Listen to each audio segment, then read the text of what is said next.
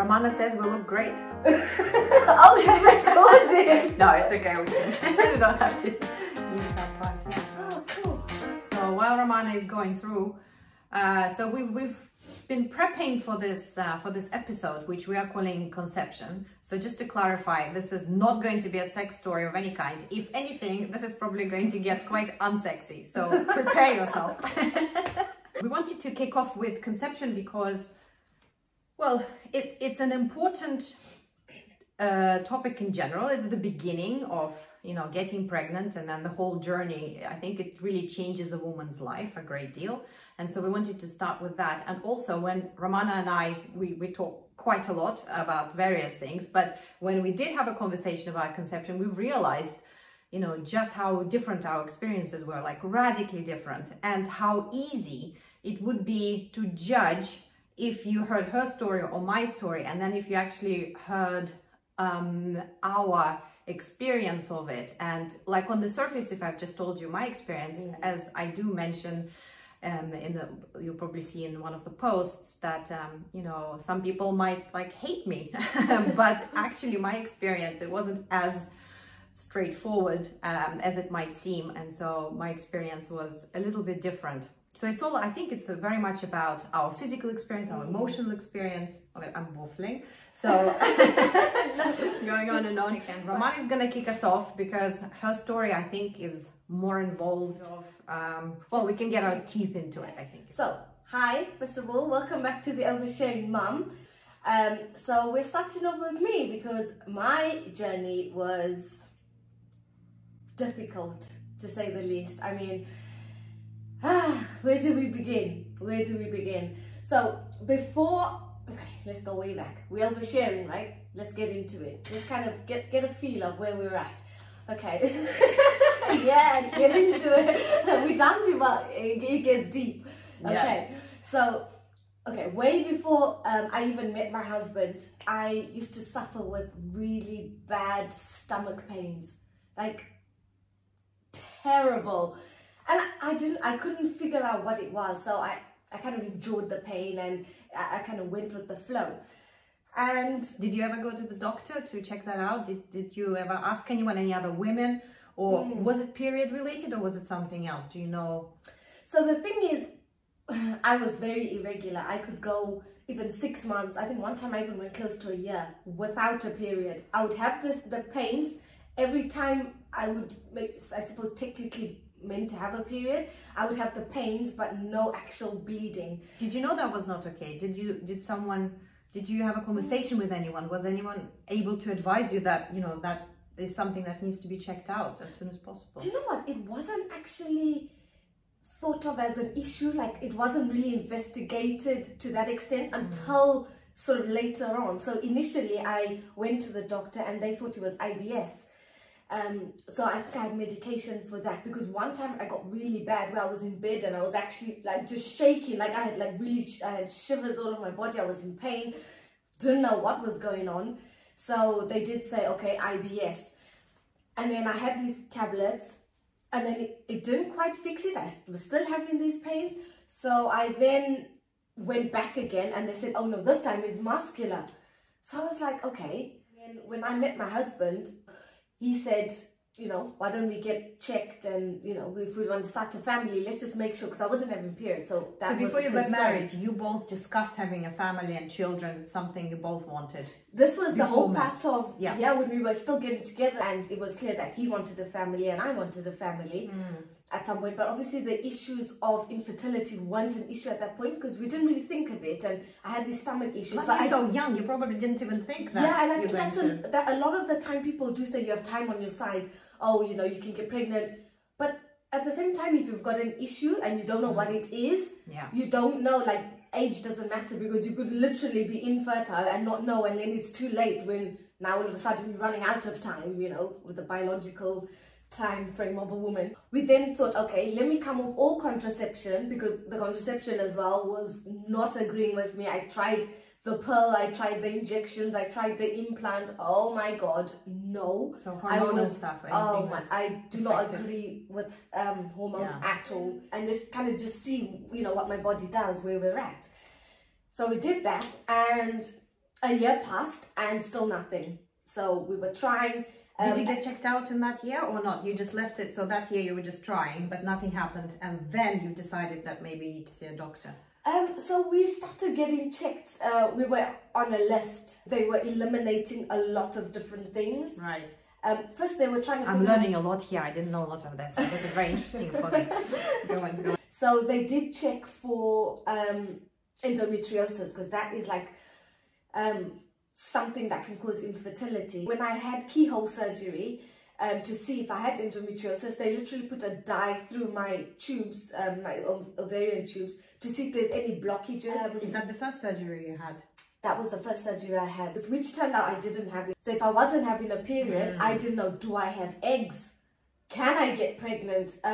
So that was another worry. I think that just put extra pressure and strain. They then said, let's give you metformin. Metformin is a medication that they give to diabetic patients. And while I was on this, I was going to work and I was feeling shit. I would be at work, I'd be in pain, I'd have headaches, I felt like throwing up. Oh my God, no, metformin wasn't for me. I kept taking time off work and I felt really bad because every time I was like calling in sick, I couldn't go in. And this it wasn't just the physical aspect that it was affecting me, but emotionally and mentally, it really consumes you. Because you start thinking like, this is a natural thing. This is something that I should be able to do. It was affecting to an extent, you know, how I was with family, how I was in the marriage. And, you know, it didn't put any pressure on me. It was all me.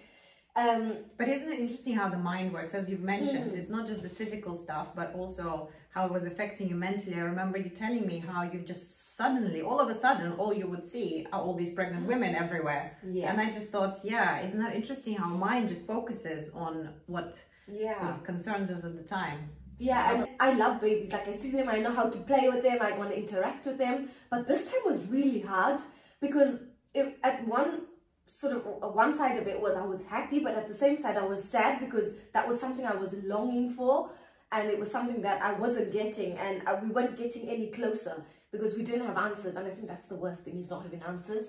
And I remember how long was the whole journey? Was it like 2 years? It was 2 years or 2.5 years. Yeah. So my cousin was having a baby shower. It's all baby talk. There's loads of baby things. And at this time, I was still very emotional. I was still trying to deal and process everything that was going on with me. Did you break down at the baby shower? I didn't go. Oh, you didn't go. You didn't go. I couldn't go. How would you recommend, like, if somebody is watching and can relate to your story and how it's upsetting to them? I have a friend as well who couldn't get pregnant, and she still hasn't gotten pregnant. So that's been years for her. Yeah. And so it's a torturous journey, and it is still for her, but she's finding her coping mechanisms. I'm just curious, like, what would you recommend for somebody who is in that state? How do you help yourself? How do you know, you can't just exclude yourself from situations. So what would you say is a way to something that is definitely easier said than done is not thinking about the whole thing at all. Just take your mind off it completely. So what worked for me was the Chihuahua that I absolutely loved. To me, it was like, this is something good for me to nurture and take my mind off things. So we went on a Saturday, we got the dog, fell in love with it. Oh my God, we named him Blue. On the Monday, I just broke down in tears. Like, I couldn't bring myself to go to work. I felt really bad as well because I felt like I was letting work down. They were really lovely people. They were so understanding to the whole thing. Like, anytime I had an appointment or anything, they were so understanding. I couldn't do it. I couldn't bring myself to go to work. And I remember it was like 10 o'clock in the morning. I'm meant to be at work at 9 o'clock. And I didn't know how to call them, text them, message them. What do I say? I just couldn't do it anymore. I literally sent in my resignation by email. I didn't even work my notice period. I got a doctor's note because I kept going to the same GP. And my husband was working, he had his own business at the time in IT. So he was at home and doing what he could here and there. So it was good having him there and having the puppy there. So we would go for walks. We were out in the fresh air. Like, it completely changed everything for me. So this was in August. October came. No, I actually jumped the gun. I missed the actual medication that I was taking while I got the puppy. So we got the puppy, I told you I was still on medication. What actually worked for me was Clomid and Prevera. So one of them was to help me have a period, and then the other one was to help me ovulate. The first cycle of the Clomid and Prevera, that was a negative as well. So that was disheartening. So I went back, they upped the dose from 50 milligrams to 100. I had no hopes, no expectations. At this point, it was like a routine thing. Pregnancy test, nothing. Okay, check it. My brain would make me feel like I was pregnant because I so wanted it to be that. And then I would feel like, oh, I feel nauseous and I think, oh, could this be it? Do a test, negative. Oh, great. And the thing before doing the test is you have that little bit of hope. Like once you do the test, that's it. It's like, okay, it's negative. So the second cycle where they upped the dosage, that's when it kind of changed for us. So he was upstairs, I did the test, I looked at it, no. You mean 2 lines? No. I literally had to wipe my eyes. I looked at it again. I called my husband. It's positive. No. I was like, yeah, it is. He's like, no, do another one. I said, I've just done a wee, okay? It's not happening right now. Giving me loads of glasses of water to do the test again. I did it, positive. He's like, no, because these were just the little stick things. No, it's not. He went to the shop and got a digital one, the third one. We did it, positive, 3+ weeks. What? That was like, I couldn't believe it. Absolutely couldn't believe it. Like, I think because it was 2 years long of this whole process, it was weighing on everyone. And the minute we saw the positive, we couldn't believe it. Just, we didn't think it was going to happen for us. Do you think it would have helped, just again, if somebody can relate to your story, if you were able to speak maybe to a psychologist or somebody, you know, to address some of the mental issues, just to maybe guide you and support you? Of course, we do have friends and family, but it's not quite the same. Other than the help I was getting from the hospital and the GP, I didn't actually think to get help from a professional for my mental health. You know, because from your story, it sounds like when you were able to let go from, you know, the mind, you know, just to release that idea, that desire, then it seems like that's when it happened, like the release of the expectation and everything. I think it's also the pressure. So yeah, the mind is a very powerful thing. So I think the pressure and just constantly thinking about it really does affect the physical side of it, because one major thing in trying to conceive, if you're finding it difficult, is the stress. And a lot of it is the stress of trying to conceive. And that is a catch-22, because you know, in one regard, you can't help but stress, but at the same time, you're not helping yourself. I think in that I was quite in a selfish place, because it was all about me and how I was feeling. And, you know, that made me disregard other people's feelings. And I don't think it was until later that I actually thought how it was impacting my husband, you know, how he was feeling, you know, seeing me that way, or just in general, because he might have been dealing with his own stuff, you know, work-wise, stressing about money because he was running his own business. So there wasn't a stable income, you know, once I left. I think there might have been now and then when I kind of was like, you know, how are you? Because he was so good, he was so supportive, that but I don't think I did it enough. I kind of felt like a victim, so to speak. Well, that's interesting. Yeah. So maybe part of it is to stop being a victim. So once you kind of stopped going to that place by going for a walk with your husband, by actually wanting to spend time together, connect, and with the dog and everything. So maybe that shifted the perception of your situation. Yeah. So you switched from the victim mentality to a carer. Yes. Sort of. Yeah, state. because then I wasn't thinking, my day was filled now. You know, taking the dog for walks, the cleaning up poo on the floor and the wheeze, and I didn't have time. I didn't have the time to be thinking about, you know, what I was going through. I was just taking my tablets and just going through the motion, but it just became like autopilot. You know, actually, it reminds me of something, just a really quick addition. I have a friend who has another friend who comes to her and constantly complains, and so presents herself as a victim. And so my friend just carried on being a good friend, listening for a very long time. And then yet again, this friend comes and, everything is so wrong, everything is so bad. But actually, objectively, from, you know, my friend's point of view, everything was very good in her life, right? But she was constantly in this victim mentality. So I just remember her saying, you know what, I've had enough. You know what you need to do? Go back home and clean the whole apartment. Like, literally take everything out, rearrange, spend like a whole week working, and you will not have the time to go into that state. So it just reminded me how you're saying, we're just picking everything up. And I just found it quite funny when she said, I was like, yeah, you're right. It's like, we do need to occupy ourselves. We need to be doing things. We need to be learning things. We need to be developing. It's like, I think when this stagnation comes, when we stay, whether it's in an emotion or in a particular state, or even physically, if we just, you know, we need to move, you know, even if we don't go to the gym or we're not particularly, you know, sporty, then it's still movement. Our body is built for movement. So I think if we sit for a long time or whatever, it's just, the it's idle not state. healthy. Yeah. So I really loved how my friend made that suggestion, because I laughed and I thought, yeah, that's a really great one. So next time I am ever in that state, I'm like, oh, okay, I'm not doing enough. So I just have all this time on my hands to come up with all these victim scenarios. That's a very different story to yours. So, so mine is going to be, first of all, much shorter. Okay.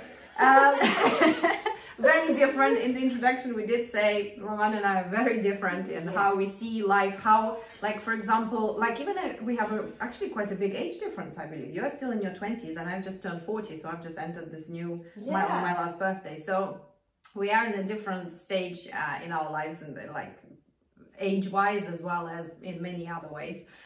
So my story is different in the sense, and I did mention in the beginning, you know, some people are trying to get pregnant and struggling might hate me, so you might already think you know what I'm about to say, but there is a pre-story, and the little prelude to the whole thing is the fact that, so when I met my husband, it was like an instant sort of thing, and I didn't think it happened like that. So he walked into a bar, and to my friend I did say, "Ooh, what a nice piece of meat," you know. So it's not only women that get objectified, right? So and so I didn't obviously think anything serious could come out, or that I would even speak to him, and I didn't until a very late, almost we were like kicked out of that bar. So, but we connected straight away, strangely. And I mean, sometimes when you're in the flow of like life, of energy, I kind of very much believe in, I like to think of the universe and like nature as some sort of energy, and it felt like we were in the flow. So when I met him, because things were just progressing so quickly and so organically and so naturally, to a point that literally, I mean, I say in 1 week, but he says it's about 2.5 weeks. So, you know, let's stick to 2 weeks. I think that will probably, but in 2 weeks, he moved in with me, right? And I didn't know that he moved in with me. He didn't have many things. So he comes with this massive bag, like a few other bags, but this massive bag. And I'm like, oh my God, what is that? What is that? And so he's, oh, don't worry, just some gym stuff. He's an ex-athlete, so he did train a lot. And I was like, what, gym stuff? So yeah, and he literally just brought all his stuff and just kind of stayed. So, and then the more time we spent together, we kind of became like a joint at the hip, as I call it. So we literally went everywhere, and it was funny to me because he was just really interested. He just found me quite interesting. I don't know if you do, but he did. And and I had a lot of, I used to, now I don't have the time, and plus we moved, but I lived in London, and I used to go to a lot of shows. So I had tickets pre-booked to all sorts of things. And because I love learning, and I used to have tickets for ballet, for theater, for not so much musicals. Yeah, I went to musicals more when I was younger, but I would go to even lectures. I would go to classical music concerts, and they would be all like radically different things. And so he said that he was going to go to all of them. And I was like, excuse me, are you sure? Are you sure you want to go to a lecture? I'm going on like spiritualism. Are you sure you want to go to a lecture? He's like, yeah, you have the tickets. I'm going with you. I was like, what? He's weird. Persistent, huh? Really weird. Yeah, so he did go, and I was like, I was half watching the lecture, half watching him. I was like, what is happening here? But anyway, so we got really connected, but he proposed very early on, about 10 or 11 months into the relationship, and I was like, what? And I think after about 7 or 8 months, he did try to test it out, and he was like, so how do you feel about marriage? I was like, what? Don't you dare talk to me about marriage. What? Why? He was like, no, I'm just casually asking. It's just, you know, why are you taking everything so seriously? So anyway, he did propose about 11 months into our relationship, and we were engaged for a couple of years. So we weren't really in a rush.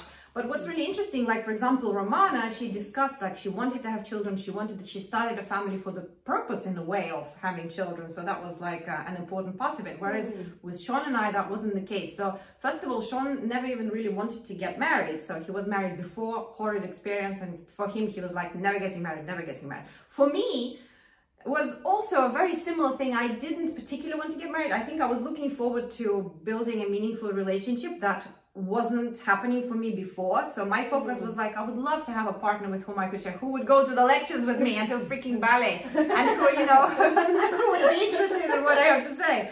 So I was more focused on that. So we never really discussed, you know, and so we knew we were going to be together, to a point that we weren't married yet, but we already bought a house, and it like was progressing that way. So from my side of the family, my mom, you know, has been obsessing for me to have children. So she's been asking me since I was in my 20s, like at university. I was like, Mom, am I going to have children? No, like, forget that question. But she kept on. So there was always this pressure from my family: when are you going to have children? When are you going to have children?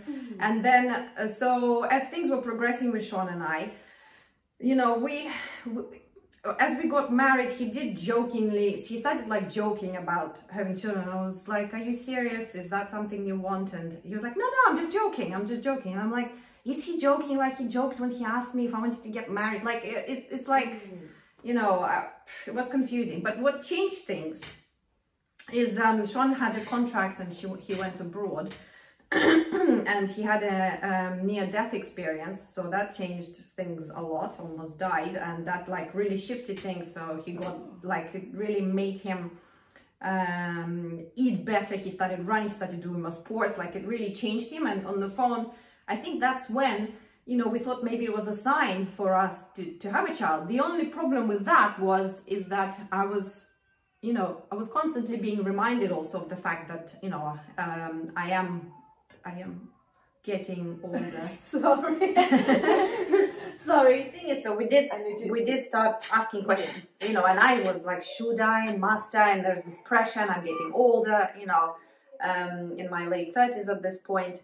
So the only thing I would say is that I didn't have the good sense to ask the real question, and the real question was, did I want it? Is that something that I wanted? So I didn't have enough. I'm not sure what it is, but self-love, self-care. Did you see marriage differently, or what made you not think of it to then sort of progress into marriage? It's not that I don't think I ever wanted children, in all honesty. And you thought I felt the as marriage because it's marriage. Yeah, there was this expectation of children. So. Yeah. Not that we discussed it, and I was quite happy to just go with the flow. The flow kind of worked for us before, and so he's had this experience, you know, that really changed him. And because I am quite impressionable, especially when it comes to people I really care about, I kind of really felt what he was going through, and so it felt like it was the right thing. So what happened in the end is that from that trip, specifically that night when he returned, we had unprotected sex once. And I didn't even know where I was in my cycle, and that was it. I was pregnant. So it sounds As simple as that. As simple as that. But you know, so the opposite happened with peeing on the stick and checking if you're pregnant, because I did, and it was like a faint second line, and Sean was like, "You're pregnant." I was like, "No, come on, nonsense, nonsense." And so we did it the next day, and I was definitely pregnant. I was like, "No, no." And because we thought, I was, you know, at the time also surrounded by a lot of people, Romana included, who tried to get pregnant, and actually, except for Romana, those friends of mine still didn't manage to get pregnant. So to this day, they didn't get pregnant. And so I kind of convinced myself that it was, you know, probably something that wouldn't happen so quickly for us, that it would be a difficult process. And I remember saying to Sean that actually, you know, for some reason I've decided that in 1 year, if it happens for us, that's our best case scenario. And then I was saying, then it's pregnancy for, you know, 9 months. So in 2 years' time, we should be ready for a kid. So this was the weird thing, like, we should have picked up on the fact that we weren't ready, because we were like, oh, we need 2 years to be ready, you know.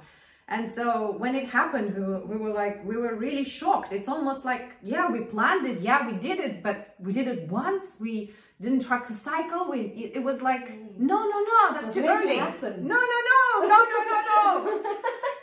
You didn't account for it so soon. Yeah, and it was, and from then on, like, there were a lot of experiences that were kind of shocking, because there was this lack of desire of preparation, you know. So it was very different. Like, you really wanted it. I wasn't even sure. And you know, this is the interesting thing about life. Sometimes you just don't know how it's all going to play out. So for us, you know, for her, congratulations, you know, things happen. And for us, it's like, things just went to shit, you know. Because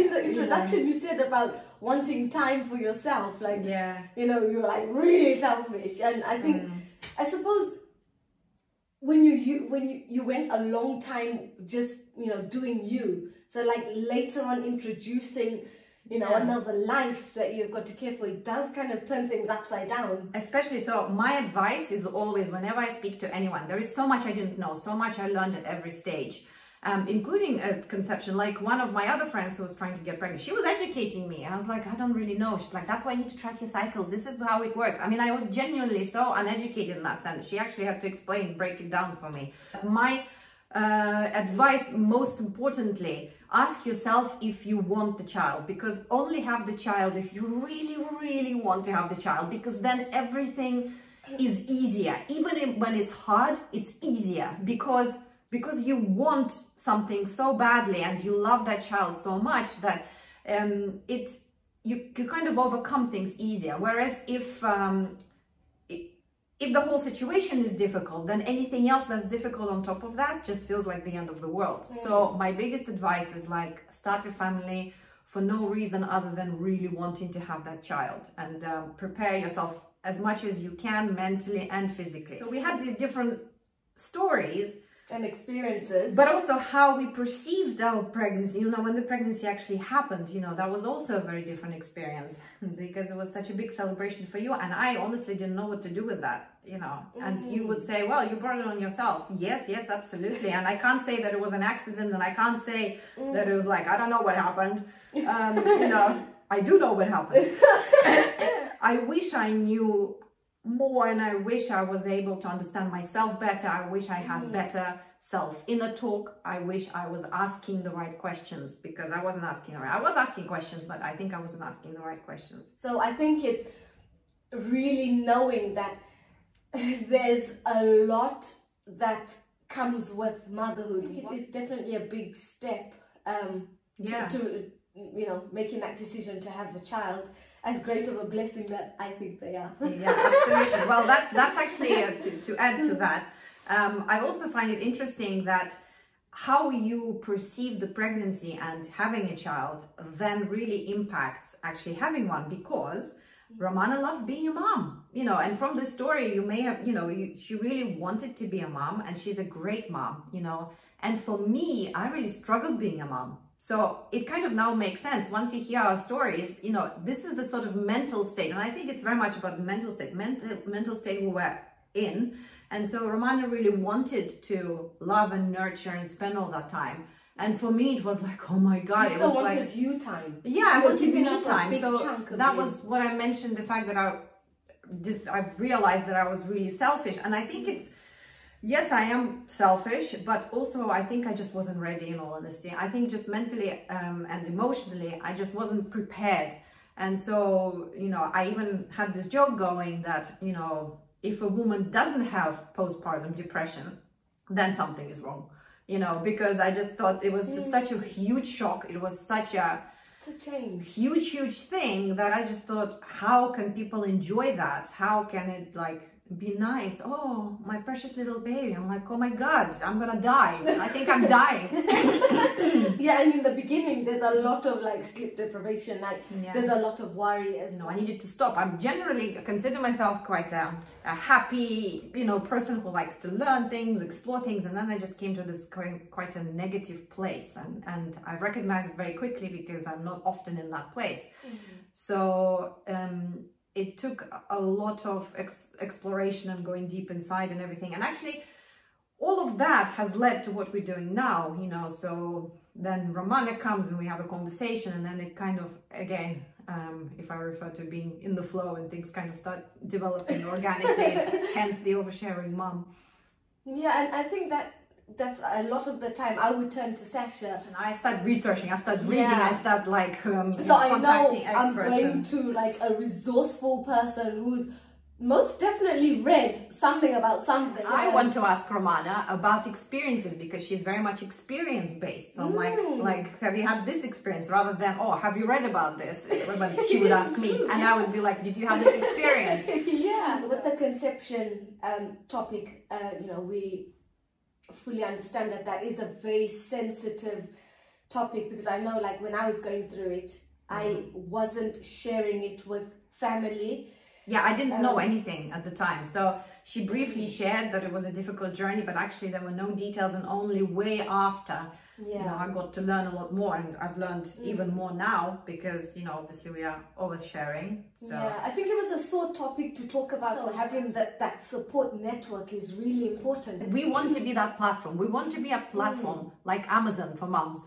You know, so we want to be that platform where we all connect and we can share experiences. So the reason it's the two of us is because of this contrast. But of course, there will be so many of you who would have had a different experience. So please do share, you know, share your stories with us. Or, you know, if you have questions for us, we are very happy to continue the conversation. And we do plan to have guests on our channel as well. So.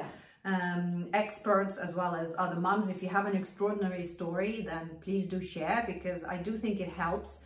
And sometimes just for Romana and I just to have a conversation, it helps just from that point of view, even if we didn't find a solution, but maybe there was a moment of inspiration, a moment of support, or something that just sort of made sense and made it better somehow. I think a lot of the time that we have had these conversations, I've always taken something from something you've said or something you've read that you've pointed me in the direction of, and it does make me feel better and come out, I think, feeling lighter. I don't know if you feel lighter. Definitely. But I end up feeling lighter, and I have answers. You know, it might be the smallest thing, the smallest adjustment that I need to make, or you know, that I've missed or I've not tried, and it definitely does help. So, well, you know, women live longer because of the conversations we're having, because we're better communicating, so we're able to get all this stuff out. So it's important to keep on having conversations. That's why we've started it. Any question, any troubles you're having at any stage that you're in, you know, we're very happy to do the research to help get those answers for you. And we'll also, you know, find experts, and we'll find, you know, other moms who can, if we can't relate to a particular topic, then we'll find someone who can. So again, we want to be that platform for everyone. So we look forward to hearing from you. You know, ask away, ask us. Definitely. And yes, also if you're a mum to be, that's an exciting stage. You know, we're very what are happy your fears? What would you like to know? You know, happy to hear your story, your experience, how you're finding. How was your conception? Did it go to plan? Was it easy? Did you have, you know, any difficulties along the way? And for the mums that are trying, you know, we really send out a heartfelt hug, like a virtual big hug, like just hang in there. try and keep your mind off things. So Romana will hug you and I'll probably read you a poem or something. I'm not very huggy, but again, another difference with us. But hey, it doesn't make me less warm. Sometimes it does, but yeah, have someone to fall back on, you know, for the emotional side. Have a little support network who understand and who are there for you. And for the mental side, do seek out professional help if you need to. Obviously, we're not professionals. We don't take what we're saying over any medical you know, expert. Yeah. You know, we're sharing our experience. We want to help where we can. And, you know, all we can say is just hang in there, keep trying. And we do hope that you have your little bundle of joy at the end of it. Yeah. Well, thank you for joining us. We'll see you soon. Yes. Thank you. Bye. But I wanted to say something to that. I forgot. That was a point. That might.